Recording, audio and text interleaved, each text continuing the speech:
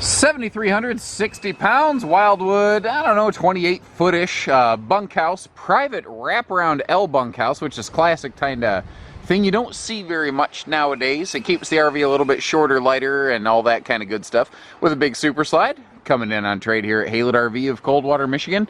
Let's get the scary stuff out of the way. Known issues. At the time of this filming, we know that the refrigerator is not working. Don't worry though. We're going to get swapped out so that you have a refrigerator that does work.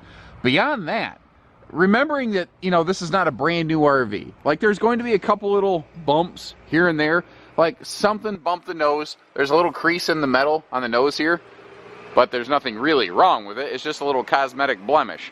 If you're okay with a couple little blemishes and nothing else really major or severe, this would be a solid little first-timers, you know, fifth wheel to take your family out camping, get started in your adventures.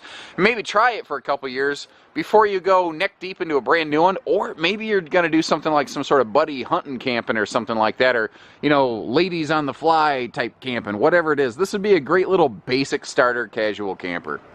This one has a fair level of travel functionality. You can see how we've got the big super slide closed currently. Another thing I like to do when I close the super slides is I like to look on top of them. It's an easy way to see, do these folks, you know, keep it fairly clean before they ran it in and out of those wiper seals? And yeah, these folks really did. They did a good job taking care of this.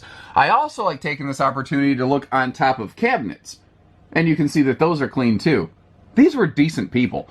You know how many people will fail to clean on top of an exposed upper kitchen cabinet like this? I'll admit, guys, I'm not good about it. Maybe once a year will I ever take some time and effort to do something like that. But even that's exceptional. Most people won't clean on top of that at all. So when I look at this and I see how clean that is, when I see how clean the top of the slide skin is, these folks, they did a good job. They really did a good job. Like, I noticed there's not a bunch of dead bugs in the light fixtures, you know? Little things like that I've learned to look for over the years on an older used RV like this. This has the good signs of proper care and maintenance. You're not going to be able to reach the bunkhouse. Short of that, however, this thing has some pretty good travel functionality. So instead of throwing the kids' bags on the bunks, what you can do is just toss the kids' bags like on that dinette bench seat or down under the dinette table. If you're in transit, you want to get to the fridge, or if you want to pack the fridge up or all the kitchen cabinetry and stuff, you could even run a couple bicycles in here. Kind of recommend covering them with a blanket so the handlebars don't bash stuff up. But frankly, this is a good traveling bunkhouse fifth wheel. Inside here, we got a pretty classic, basic, not flashy, not fancy level of interior decor and amenities. But that's not what this one's about. This is about simple, effective. That's all this one is about. This was never intended to be the biggest, bestest, flashiest camper. Really, Wildwood RVs are still not intended to be that today. They're just intended to be something that is good for getting started camping or casual camping, and, you know, something you can feel reasonably proud of owning. Now, classic L-shaped private bunkhouse design. What that means is that we've got over here a big, like, floor-to-ceiling pantry, in a sense, which in a fifth wheel is kind of nice because it gives you more vertical height for bigger pantry spaces, and a private bunkhouse in the back we'll see in just a minute. Before we get there, we do have fold-down dinette for sleeping with storage below the benches, as well as a jackknife bifold storage sofa. There's storage below the seating of that, too. They did not go extra tall in the slide-out, because they, you know, again, more simple and basic, so you don't have windows plus storage, but you do have decent windows in here, and I think that there's plenty of storage in other places. Now, just because of the shape of this camper, we'll get to the bunkhouse in a minute. I'm going to go ahead and finish off the kitchen and living room in one swoop. We've got storage above and below the fridge, which is a nice touch. And the stove, you can see someone put the big stovetop cover on that to kind of give them some extra countertop space in there. And we've got drawers to the floors here. Now, again, you're going to hear me say this a few times. Look at this RV through the lens of time. Whenever you see a video like this, you're very inclined instinctively to consider it as though it's a brand new RV because it's new to you. And again, I'll say this later, new to you and brand new are not the same thing. So if you looked at a used car of this age, you would see little stuff. Like, you can see where some of the contact paper on that cabinet has peeled there. That's normal wear and tear for something of this age. It's really not, you can see how it's not swollen, it's not busted up, it's not water damaged, it's just aged. It's just humidity causing peeling. Sort of like if you steamed a stamp off an envelope. That's essentially what we're looking at here. Now, they've done something here that I've always liked, but it has really been kind of phased out of modern RV production, and that is the Peninsula style overhead kitchen cabinet. I like it because it gives you more effective cabinet space, but it has kind of phased out of modern RV production because it appears to be more of a visual break point, and I think a lot of people prefer that more larger open feel. This was also made before the day and age of flat screen TVs becoming the dominant force in RV production, so you've got a bigger, deeper entertainment center here, which means bigger, deeper storage. Now you notice how there's not cabinet doors up here. You're not losing that space. That's actually a linen cabinet inside the bathroom that we'll see in a minute. Plus right here when you walk in the door, you've got another, essentially, bonus pantry. So they've used all the space really, really well. Like there's a little odd pocket, not a hot pocket, hot pocket, but an odd pocket down here where they just didn't want to waste it, you know. Now there's a couple little spots where I've seen some wallpaper peel. Again, it's not a perfect brand new RV. But if you look at the money, you look at the age, this is a very respectable used RV.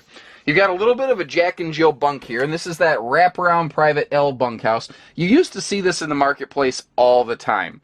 And you can see how they're offset, so it's easy to get to the top bed. You've got a little bit bigger bed below it with some storage from the outside. But you've also got the kids' own like storage space here. They've got their own drawer space. You've got shelf space here you could use for either entertainment or additional clothing space. They did not utilize this space as a clothing closet, but again, you're not wasting the space. It's utilized over here for your kitchen pantry. So you're never losing anything. It just might be moved in one room or the other.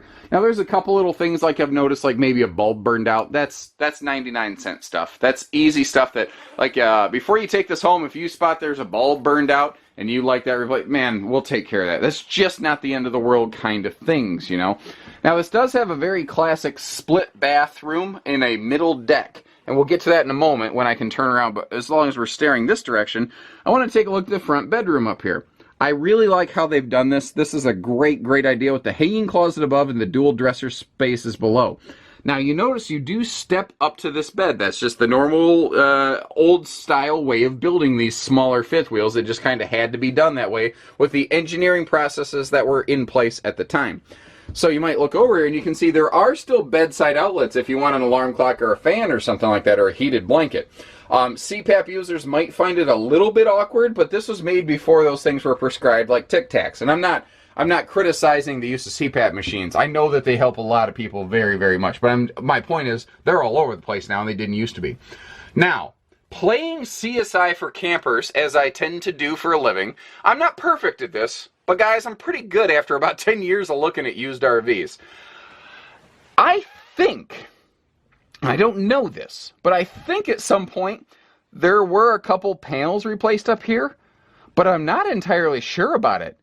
Because if it was done so well that I'm having a really hard time saying this with definition. Now, the reason that I'm questioning that is twofold. I see a couple spots up here where I can see where there were a little bit of thumb putty put over a couple staples or some nails. But then again, that might actually be normal. That might just be preventative care or original factory stuff. There are no wall panels in here that look like they've been wet. There's no wall panels in here or roof panels or any cabinetry that looks swollen from water exposure.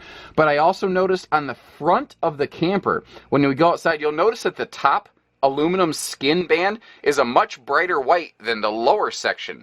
So either they just did a better job of cleaning one than the other, or that strip of metal was replaced at some point at a different rate from the lower metal. I'm not sure what. And again, I'm not sure anything was actually done. But it's enough that I kind of questioned it. But I also looked at it and went, well, I guess it doesn't matter because they did a good job of it. Now, classic split middle bath design where you've got the the sink and the vanity outside, but you see how you've got that huge mega closet and 6 dresser drawer array out here. So you've actually got some decent extended use storage. This was the way that they would do it before RVs had closet slide outs as they tend to have today. Now, This bathroom door has a little clip. It'll lock itself closed so you can privatize the bath and shower area.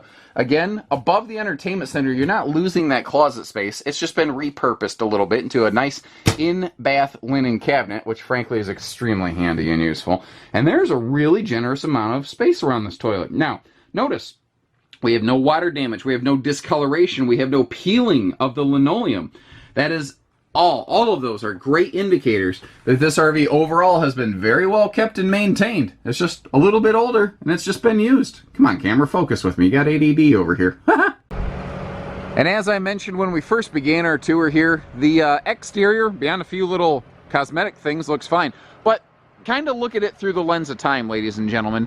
Like if you had an automobile, if you bought a used car with that was this model year, well, you wouldn't expect it to be flawless. You know, there's a difference between new and new to you. New to you is still pre-owned, as the fancy pants guys like to say, or used, as a normal person like me likes to say.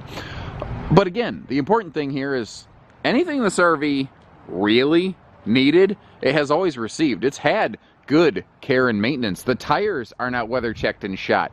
I don't see any major problems with it. Again, other than the refrigerator, which we are swapping out for one that works. So, you know, no sweat, no harm to you. Now, one of the cool things about these short-ish fifth wheels as compared to a lot of the 35-foot monster fifth wheels that you tend to see today is that you tend to find a lot of hitching added to the back of these, and this is no exception. Previous owner had a 2-inch receiver hitch put on the back of that and reinforced that if you do have like a little, I don't know, V-bottom boat or something small like that, you want to tow behind it, you could. Even has 4-way wiring added to it, so, you know, you're going to have lights for your trailer, which obviously is important.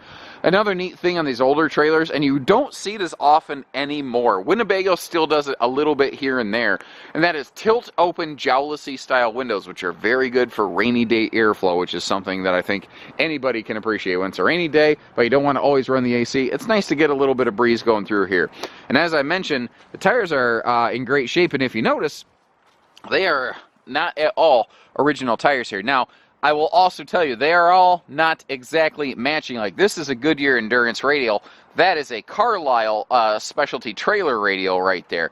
So the tires are all in good shape, but they may not all match. So I think at some point they either had a flat or caught some debris or something like that and replaced the tire as they needed. And one other thing, the awning material looks pretty darn good. That was another thing that I wasn't sure when I saw we had an RV of this age coming through. One of the first things that goes through my mind is roof, awning. And I looked at those, and guys, they look good.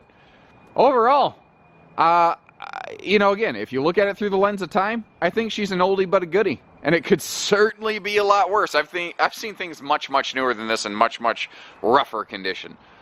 So, you know, you're looking to get started in camping, or if you, like, maybe you got a big fifth wheel on a seasonal site, and you want a small fifth wheel for jet setting around. Here you go. Nice little low-dollar, easy solution for something like that. So take care, stay safe, have fun, and happy camping, everyone.